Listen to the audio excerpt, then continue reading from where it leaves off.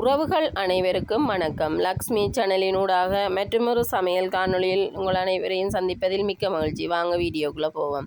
இன்றைக்கி நாங்கள் வெண்டிக்காய் புளிக்குழம்பு எப்படி செய்கிறோன்னு சொல்லி பார்ப்போம். இதுக்கு நாங்கள் வெண்டிக்காய் 1/2 கிலோ எடுத்து கழுவி நல்ல கொட்டன் துணியால் துடைச்சி எடுத்து நீள்வாக்கில் கட் பண்ணி எடுத்துருக்குறோம். இதுக்கு இதை நாங்கள் அப்படியே எண்ணெய் கொஞ்சம் விட்டு பொரிச்செடுக்க போகிறோம். எடுத்து வச்சுட்டு அதே பொரிச்ச சட்டியில் தேவையான அளவு சின்ன சீரகம், வெந்தயம், வெட்டின சின்ன வெங்காயம் எல்லாத்தையும் போட்டு நல்லா தாளித்து எடுப்போம். தாளித்து எடுத்துட்டு நாங்கள் உள்ளி அன்றைக்கி வெட்டி தான் எடுத்துருக்குறோம். வெட்டின உள்ளியையும் சேர்த்து பச்சை வாடை போக மட்டும் வதக்கி எடுத்துட்டு இதோட நாங்கள் கருவேப்பிலையும் சேர்த்து வதக்கி கொள்ளுவோம்.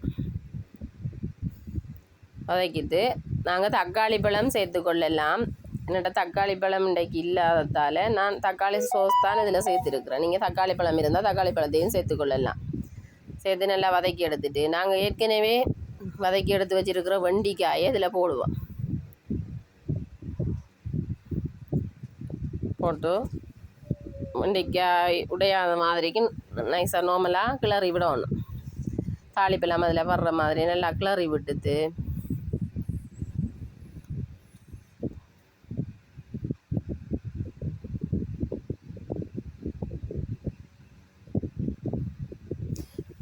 புதுசாங்கட சேனலுக்கு வரவங்க சப்ஸ்கிரைப் பண்ணி பெல் பட்டனை தட்டி விடுங்க. வீடியோ பிடிச்சிருந்தால் லைக் பண்ணி ஷேர் பண்ணிக்கொள்ளுங்க. இப்போ நாங்கள் அடுத்தது அதுக்கு தேவையான கறித்தூளை சேர்த்துக்கொள்ளுவோம். கறித்தூளையும் சேர்த்து அதையும் நாங்கள் எண்ணெயில் கொஞ்சம் பொரிஞ்சு பிரண்டு வர மாதிரி பிரட்டி விட்டுட்டு தேவையான அளவு கொஞ்சம் மஞ்சளும் விட்டு இப்போ நாங்கள் கொஞ்சம் தண்ணி விட்டு ஒரு தேசி புளியளவு பழப்புளி எடுத்து அதை நாங்கள் ஏற்கனவே உலக வச்சுருக்கிறோம். அந்த புளியையும் எடுத்து இதோட இப்போ நாங்கள் புளியையும் விட்டு தேவையான அளவு உப்பும் விட்டு நல்லா கொதிக்க விடுவோம். கொதிக்க விட்டுட்டு நாங்கள் இப்போ இதை நல்லா கிளறி மூடி விடுவோம்.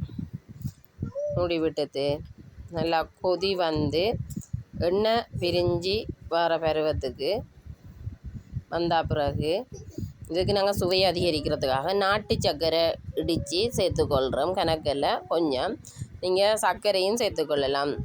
நீங்களும் செய்து பார்த்து எப்படி இருக்குன்னு சொல்லுங்கள் உறவுகளே. நன்றி.